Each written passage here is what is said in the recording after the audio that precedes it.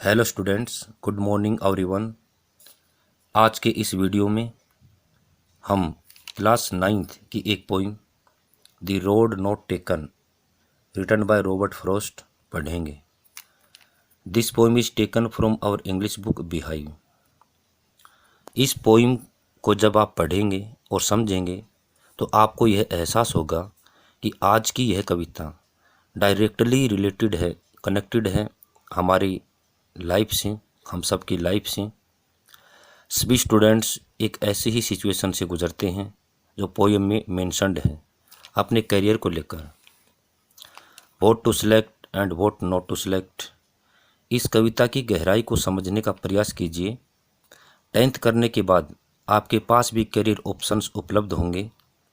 Science लें या art लें या कॉमर्स लें, आदि आदि। आप अपनी लाइफ में बेस्ट ऑप्शन चूज करें ताकि आपको भविष्य में पछताना न पड़े।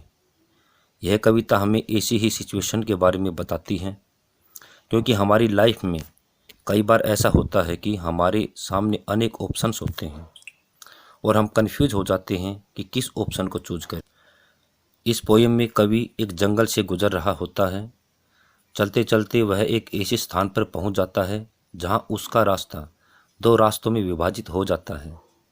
वह दुविधा में पड़ जाता है कि अब किस रास्ते पर चला जाए। वह उनमें से किसी एक रास्ते पर चलने के लिए बाध्य हो जाता है। एक व्यक्ति एक ही समय में एक ही रास्ते पर चल सकता है। हम इस सिचुएशन को कंपेयर कर सकते हैं हमारी लाइफ के डिफरेंट करियर ऑप्शन से, जिसे हम अपनी लाइफ में फेस करेंगे या फेस करते हैं। और हमारे पास भी एक चॉइस होगी, टू चूज एनीवन।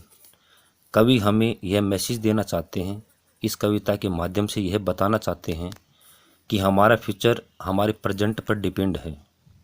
जो कैरियर ऑप्शन आज हमने चूज किया है वह डिटरमाइन करेगा कि हम लोग कल क्या बनेंगे।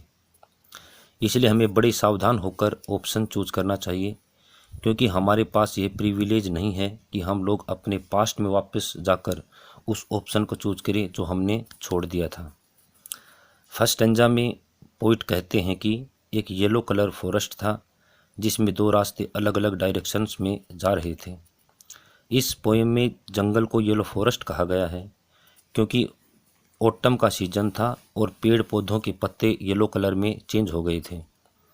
पोएट को इस बात की बड़ी तकलीफ थी कि वह एक साथ दोनों रास्तों पर नहीं चल सकता था, क्योंकि वह एक ही ट्रेवलर था और एक ही रास्ते पे चल सकता था।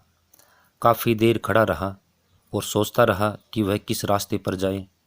फिर वह नीचे झुककर एक रास्ते को देखा भी जहाँ तक वह देख सकता था। आगे चलकर यह रास्ता घनी झाड़ियों में मुड़ गया था।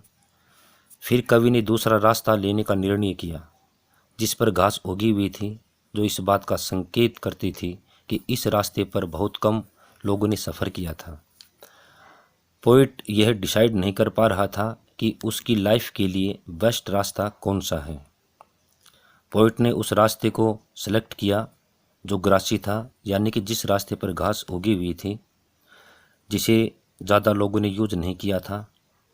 और उसने पहली सड़क को यह सोचकर छोड़ दिया कि इसका प्रयोग और दिन करेगा।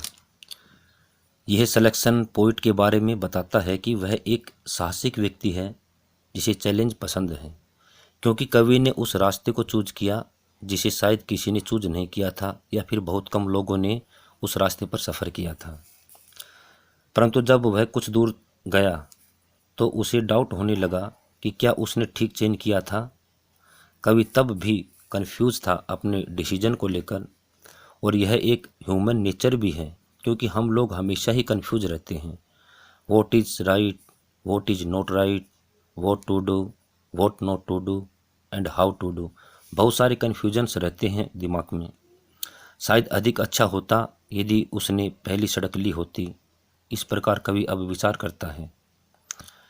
परंतु अब तो वह चयन कर चुका था, अब तो उसे इसी सड़क पर ही चलना पड़ेगा। केवल भविष्य ही बतलाएगा कि उसका चयन ठीक था अथवा गलत। लास्ट स्टैंजा में कवि पुनः इस बात को दोहराता है कि जो सड़क उसने चुन ली है वह उसके फ्यूचर को डिसाइड करेगी। और फिर एक दिन पोइट वापस उस दिन को याद करेगा जब उसने यह डिसीजन लिया था, क्योंकि जो डिसीजन हम अपनी ज़िंदगी में एक बार ले लेते हैं उसे हम चाहकर भी नहीं बदल सकते। सो डियर स्टूडेंट्स, आप लोग भी अपने डिसीजन को अच्छे से समझ लें कि वह आपकी ज़िंदगी के लिए अच्छा है या नहीं है, क्योंकि लाइफ आपको दोबारा चांस नहीं देगा। इसलिए जो भी डिसीजन लें दिल से लें। आई होप आपको ये पोइम पसंद आई होगी। थैंक्स।